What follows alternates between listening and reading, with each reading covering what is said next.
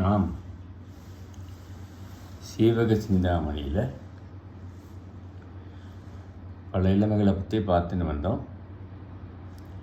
இப்பொழுது மண்மகள் இளம்பகம் என்பதை பார்க்க போகிறோம். சீவகனும் அவன் தோழர்களும் கிளம்பி புறப்பட்டு தன்னுடைய மாமன் கோவிந்தனுடைய ஊருக்கு வருகிறான். விதேக நாடு என்ற நாடு, அந்த நாட்டை அடைகிறான். முறைப்படி அவருக்கு தான் வருகின்ற செய்தியை அறிவிக்கிறான். கோவிந்தன் மகிழ்கிறான். மகிழ்ந்து சீவகனை முல்லை நிலத்திலேயே வரவேற்கிறான் என்பதை நாம் பார்க்கிறோம். தேவலோகம் போல அழகு செய்திருக்கிறான். அரண்மனையில் சேவகனை காண நகரமே கூடியிருக்கான். மகளிர் எல்லாரும் சேவகனை காண வேண்டும் என்று வந்து கூடியிருக்கிறார்கள். ஆமாம், சீவகன் வருகிறான். அவனை பார்த்து சொல்கிறான், பாருங்க, திருவே, மணாலனே, விஞ்சை நம்பியே, முருகனே, இயக்கனே, வென்று வீரனே என்று அப்படி பலவாறு வாழ்த்தி வரவேற்றினாராம். சிலர் யானையை மெல்லவே நடக்கும்படி, யானை மெல்ல நடக்கட்டம்பா, சீவகனை பார்க்கணும், விரைந்து சென்று யானை நீ நில், கணவனை இழப்பா என்று சபித்தனர். யானையை பார்த்து, உன் கணவன் ஐராவதத்தின் மேல் ஆணை, நாங்கள் சீவகனை நன்கு காண இங்கு சற்று நில் என்றனர் சிலர். சீவகனை நாளையும் சேரிக்கு அழைத்து வா, உனக்கு நிறைய உண்ணத் தருகிறேன் என்று யானையிடம் கேட்டார்களாம். இப்படிலாம் சீவகனுடைய வரியை கண்டு மக்கள் மகிழ்ந்தனர். இலக்கண இடக்கால் சிலமை மேல் வளர்ச்சிரமை ஊன்றியவாறு தோழி தழுவேன் என்று பெரிய சீவகனை நோக்க, இலக்கண என்பவள் தான் சீவகனை நோக்கிறாள். சீவகன் விண்ணாட்டின் அமுத கலசமே நிலத்திற்கு வந்து முன்னினும் பருத்து இவன் கொங்கையாயினவோ என்று அவனும் நோக்கிறானான் அவளை பார்த்து. இவ்வாறு மலையிலிருந்து இறங்குகின்ற புலியைப் போல சீவகன் இறங்கிச் சென்று பகை மன்னர் பொன்முடிகள் படுவதால் தேய்ந்து விளங்கும் கடல்களை உடைய தன் மாமன் கோவிந்தனுடைய அடிகளில் விழுந்து வணங்கினான். கோவிந்தன் அவனை மார்போடு எடுத்து அணைத்தான். பின் ஆனந்த கண்ணீர் விடுத்தான். கண்ணீர் வெள்ளத்தில் மூழ்கினான். கோவிந்தனுடைய தங்கை விசையை தானே அனைவருடைய அழுகையும் நீக்கிவிட்டாள். பிறகு அரசன் பொன்கிட்டுகள் வையப்பட்ட பல மணிகள் பற்றி சித்திரகூடம் என்னும் தம் அழகிய மண்டபத்தை அமைச்சர்களுடனும் சீவகருடனும் அடைய அங்கு அழகியர் அடைப்பை, கலாஞ்சி, பொன்பால், கலசப்பானை, கவரி ஆகியவற்றை வைத்துவிட்டு ஏகினர். கோவிந்தனை முடிச்சுட்டி நாட்டை காக்கும் பொறுப்பை அவனிடம் ஒப்படைத்து பகையரசனுடைய ஒற்றர் காணா வகையில் சீவகனுடைய நண்பர்களுக்கும் சீவகனுக்கு வழங்கின போலவே வேறுபாடின்றி உணவு, உடை முதலியவற்றை வழங்கினார்களாம். சீவகனுக்கு என்ன வழங்கினார்களோ அதே போல் அவன் நண்பர்களுக்கு வழங்கினார்கள் என்பதை பார்க்கிறோம். இப்படி கட்டியங்காரன்ட்டு ஒரு ஓலை வந்திருக்கிறது. அந்த ஓலையை படிக்குமாறு வேண்டுகிறான். அப்போ விரிசிகை என்பவன் தான் அந்த ஓலையை படிக்கிறான். அவன் சொல்கிறான், எல்லாரும் நினைக்கிறார்கள் சச்சந்தன் அரசனை நான் தான் கொன்றேன்னு. நான் கொல்லவே இல்லை என்று பொய்ப்பழி என் மேலே பரவி விட்டது இல்லையா?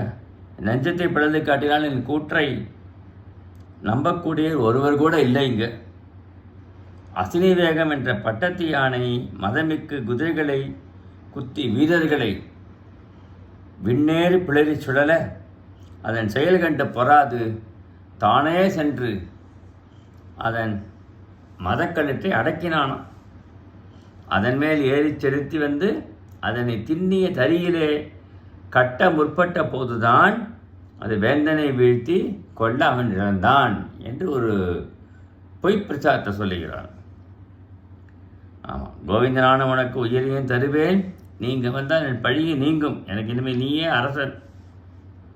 ஆகவே பெருநிலத்தின் ஆட்சி விரும்பி என் செயலை நம்பி தாமதியாக விரைவில் வருக என்று அந்த வாசகத்தை சொல்லியிருக்கு. சீவகன் அதனுடைய உட்பொருளை பார்த்தான், நகைத்தான். முழு பொய், முழு பூசணிக்காய் சேத்துல மறைக்கிற மாதிரி இருக்குது என்று கருதி, அரசனூர் கல்வியில் சிறந்த வீரர்களே, இவனை கொள்வதற்கு சிறந்த வழி வேறு எதுவும் இல்லை என்றான். இவன் இப்படிப்பட்ட நயவஞ்சகனை கொல்ல வேண்டும். ஆமாம், நாமும் அவ்வாறே அவன் உயிரை வஞ்சனையால் கவர கருதுகிறோம். இதனை யாரும் வெளியிட வேண்டாம் என்று கோவிந்தனுக்கு கூறினான். நீரும் நெல்லும் பொருளும் இரு நாட்டிலும் வழங்குவீராக, இதற்கு மாறாக பேசுவார் நான் துண்டிக்க வேண்டும் முறை செய்கிறேன். அதாவது நட்போடு இருக்கோன்னு சொன்னாக்க நெல் நீரை கொடுக்குறது, 2 பேர் இவங்களும் கொடுக்குறது அவங்களும் கொடுக்குறது, அப்போ நட்பு நாடுன்னு என்று அர்த்தம் ஆகிடும். இதற்கு மாறாக பேசுவாருடைய நாக்கம் துண்டிக்கப்படும் என்று முரசறை வைக்கிறார். யானை தேர் குதிரை காலால் 4 வகைப்பட்ட மறுநாளம் அழகிய நகரத்தை திரண்டு வருக என்ற படைவீரர்களுக்கு முரசறிந்து தெரிவித்தான்.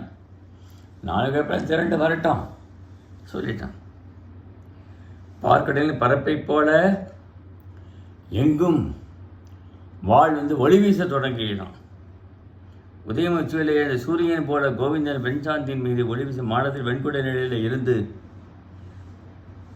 தான் வெகு அழகாக வருகிறானான் இல்லையா? இப்படி பார்க்க சங்கு போன்ற வெள்ளிய கால் நகங்களை உடையதாய் கால் வாய் துதிக்கை கோஷம் என்று 7 நடத்தி தோய்ந்த 10,600 யானைகளாம். எரிகோல் வாழ்வில் இவை கொண்டு யானை மீதிருந்து போரிட்டு சிறந்த வீரர்கள் மறவர்கள். அம்பு பின்னடையை சோக்கிச் செல்லும் கடிவாளத்தை தளர்த்தினால் விண்ணில் பரப்பன போன்ற விரைவடைவ போல் நன்கு பழக்கப்பட்ட 1,36,000 குதிரைகள், எரி ஈட்டி வால் வில் முதலிய எல்லாம் சேர்ந்து கிளம்புறான். பாரசூரவம் பல்லவென்னும் பதியில் பிறந்த குதிரைகள், அந்த குதிரையோட உயர்ந்த ஜாதி குதிரைகள் அதெல்லாம். தேர் தொகுதிகள் 24,600 பல படைகளும் பழகிய காலநிலை ஒத்த வீரர்கள், தேர் வீரர்கள், புலி போன்றவர்கள், வில்வால் முதலியவற்றை ஏந்திய பயிற்றுனர்கள், வல்லுநர்கள் எல்லாரும் போறார்களாம் என்பதை பார்க்கணும். ஏனாதி மோதிரம் அணிந்து படைத்தலைவன் கோவிந்தனுக்கு பல படைகளை அணிகளையும் வகுத்து காட்டினான். அரசன் ஐராவதி மீது அமர யாழ்க என்று எல்லாரும் வாழ்த்தினார்கள். சங்குகள் முழங்கின. நிறைகுடன் நன்மை பறவைகளும் நிறைகுடங்களும் நன்மையை அறிவிக்கிறது, நல்ல நிமித்தம் என்று. வழக்கம் இடைவிடாது துடிக்கிறதான் கோவிந்தனுக்கு. படை பெரிய கடலை போல விளங்கி வேகமாக செல்லுகிறது.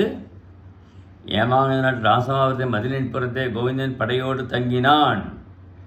கட்டியங்கானுடைய காமக்கழுத்தை அவர்களுக்கு என்ன ஆகுது? கட்டியங்கானுடைய காமக்கழுத்துலாம் இடக்கண் துதிக்காம வழக்கண் துடிக்கிறது. தீக்கணாவை கண்டுகிறார்கள். மேனி வனப்பெல்லாம் குறைந்து போகிறது கட்டியங்காரனுக்கு. கோட்டான்கள் பகலிலும் கூவுகின்றன. முரசு வலி அவிழ்ந்து போயிடுச்சு. குருதி மழை பொழிந்தது. இதெல்லாம் கணாக்கள் வருகிறதாம். பூமியும் இடியும் வானம் அதிர்ந்தன. கட்டியங்கான உலகை ஆளுதற்காக வெற்றிருக்கிறேன் என மகிழ்ந்து 100 தேர்களையும் 1000 குதிரைகளை அணிகளால் மணிவித்து கோவிந்தனை வரவேற்க அனுப்பினான். சரியா? இப்படி அனுப்பின உடனே கோவிந்தன் என்ன சொல்கிறான்? திரிபன்றி எழுத்து வீழ்த்தும் அரசனுக்கு தன் மகள் பேரழகிய இலக்கணையை மனம் செய்து வைப்பதாக முரசு அறிவிக்கிறான். இலக்கணையை நான் மனமுடித்து தரேன்யா, திரிபன்றி யார் எழுதுகிறார்களோ அவனுக்கு என்று வெள்ளை வெளுத்து ஆரவ திரிபன்றியை நல்ல நாள் பார்த்தும் ஆயத்தில் ஈடுபட்டனர். பன்றிப்புரி என்னை வீழ்த்தலிருந்து கூறுபாடு திரியும் பொன்மன அரசுகள் அம்பு ஒன்றை வில்லையும் சேரப்படி சக்கரத்திலுள்ள பன்றி திரிவதனை நோக்கி பூவணித முடிகளை அசைத்து நின்றார்கள். அது திரிபன்றி சுற்றிகிட்டே இருக்கும். பன்றி அடிக்கணும் இலக்கணையை தரேன் சொல்லிட்டான். விடுதி நாட்டு வேந்தன் பன்றியின் நெற்றியிலே எடுத்த அம்பு துண்டாயிற்று. அத்தினபுரத்து மன்னன் தன் அம்பினை பற்றி பன்றி பொறி அசையும்படி எய்தானான். காம்பளி நாட்டு மன்னன் ஆழியின் மேல் ஏறியவுடன் பொறியின் விசையாலே தாக்கப்பட்டு மன்னர்கள் சிரிக்க கீழே விழுந்து விட்டானான். இப்படி கோசல நாட்டு மன்னன் விழுகிறான். அவந்தி நாட்டவன் வில்லு வளைந்து முறிந்து அவன் வருகிறான். இப்படி பல நாட்டு மன்னர்கள் எல்லாரும் அந்த பன்றியை எய்ய முடியாமல் எல்லாம் தோண்டு போயிட்டாங்க. புலியை கண்ட மான் போல புலம்பி அவிழ்ந்தது. இப்படிலாம் இருக்கு. வயப்புலியை வாழ உருவி விட்டார் போல அவனை சிறைப்பிடித்து யான் அவனை தவறவிட்ட தவறும் மதன் அவனை தப்ப விட்ட தவறு என்று வருந்துகின்றவை என்று கைகள் நொடித்து உடல் சோர்ந்து இருந்தார். சீவகன் வெற்றி பெருக வில் நாணை தீபகன் ஒளிகழிப்பவே கட்டைகானவன் மக்களுமாக பகைவரின் வாழ்நாள் முடிந்தன. அம்பெய்து தோற்ற மன்னர் முகங்கள் கருங்குவளை மலர்கள் போல கருகி போயிட்டான். போட்டியில் கலந்து கொண்ட மன்னர் முகங்கள் தாமரை போல மலர்ந்தன. பன்றிகள் மூன்றும் ஒன்றாக சேரும் நேரத்தை கூர்ந்து நோக்கி சீவகன் 2 நாழிகை நேரம் ஆழியின் மேல் ஏறாமல் கீழே நிற்க முன்பு அன்பு இது தோற்ற மன்னர்கள் சீவகனை வாழாயிருந்து கண்டு நகைத்தனர். ஏன்னா இப்படி சும்மா இருக்கான் நேட்டு இல்லையா? அறாத வில்லின் இராத நாணில் திருந்திய தவத்தோர் உள்ளம் போல நிலை மாறாத திண்ணி அம்பினை கோத்து கட்டிகாரன் நல்வினையும் பன்றி பொறியும் ஒரு சேர அற்று விழும்படி அம்பு எய்தான் சீவகன் இல்லையா? பேருடைய தலையில் விழ மக்கள் முழங்கி ஆரவாரித்தன. கோவிந்தன் சீவனுடைய குலத்தை மீது கட்டிகாரனுக்கு சொல்லி பின் யாவரும் அறிய கூறினான். அப்போது வானிலே இயக்கன் ஒருவன் தோன்றி சீவகன் என்னும் சிங்கம் கட்டியங்காரனாக யானையின் உயிரை விழுங்கும் என்று முழங்கியதாம். அது கேட்ட கட்டையான் சீவகனை வெகுண்டு நீ விஞ்சையர் படையை கொண்டு வந்துள்ளாய். யான் அஞ்சேன். என் ஆற்றலையும் தன்னை நன்கு அறிவான். உன்னை சூழ்ச்சி வைக்கவன் மாமன் கோவிந்தனை அழிப்பேன் என்று முழங்கினான். சூரியகாந்தி போல் சிவகனுடைய வெற்றி புகழை கேட்ட மதனன் சேர்ந்து நாற்படைகளை நெருங்க கட்டியகாரன் மக்கள் 100 வரும் திருடர்கள் தேர்கள் இவ்வளவு அப்பா எல்லா படைகளும் திரண்டு போர் புரிந்தன. போர்களை ரொம்ப அழகாக இந்த இதில் வர்ணிக்கிறார் ஆசர். அதில் ஒன்று ரெண்டு பார்ப்போம். தெய்வத்திங்கள் கொலையில் வல்ல ராகு என்னும் பாம்பு விழுங்குதலின் உயிரை போல பின் கடலிலே அழுந்தி மறைவதனைப் போல மதனன் என்ற கட்டையங்காரன் மைத்துனன் கனகமாலை அண்ணனான விசயனுடைய யானையின் நெற்றியில் பாய்ந்தவன் கொடிய வாளுக்கு இலக்காகி மடிந்தான்.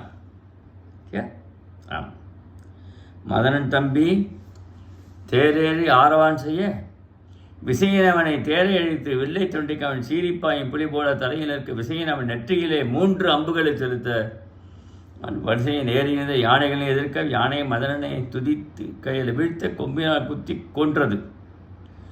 அவனையும் கொன்று விட்டது மதனனையும்.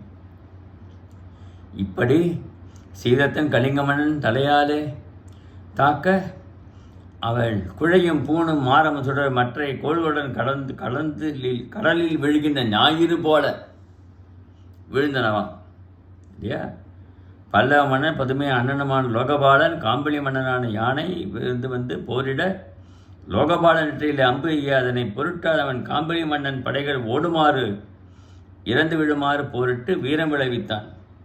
சீவகன் தம்பி நகுலன் மகத நாட்டு மன்னனுடைய யானை மீது தன் குதிரையை பாய்விட்டு அவனோட போரிட்டான் இல்லையா? இப்படி ஒவ்வொருத்தரும் ஒரு விதமாக போரிடுகிறார்கள்.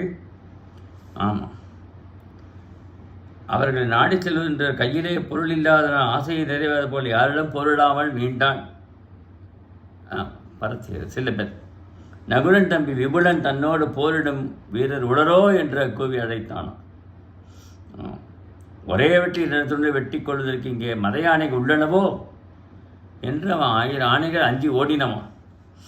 விபுலன் நீ எனக்கு நிகர், என்னை வெட்டி என்று எதிர்க்க இருவரும் வாழும் கேளும் கொண்டு யானை மீதிருந்தே சாரிகை தெரிந்து போரிட விபுலன் வீரனிடம் நீ எனக்கு விருந்தினன் ஆமா என்று சொல்கிறான். நீயே வேல் எறிவாயாக என்று கூறிய வீரன் விபுலனின் கவசம் வருமாறு தன் வேலினை வீச அடுத்த தன்முறை விபலன் தன் வேலனைய வீரன் மாண்பு ஊறுமாறு செய்ய வீரன் மலர்மாலை துவிழிய கீழே விழுந்து இறந்தான்.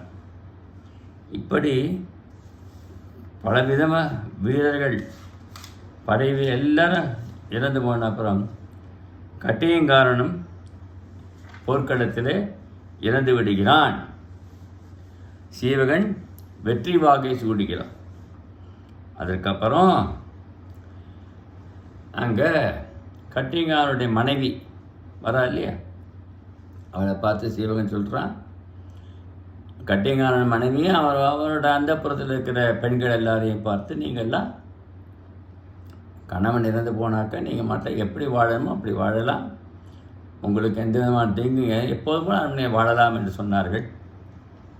என்னை வந்து பயப்பட வேண்டாம், நான் உங்களை ஒன்றும் செய்ய மாட்டேன், நீங்கள் வாழலாம் என்று. அதான் சீவகனோட நல்ல குணம். அந்த மனைவிமார்கள்லாம் வேண்டான்னு சொல்லிட்டு கட்டியங்காரனோட நாங்கள் வந்து இறக்கிறோம் என்று அவருடைய உடன்கட்டை ஏறிவிட்டார்கள். அதற்கப்புறம் சீவகன் அந்த நாட்டை அரசாட்சி செய்கிறான்.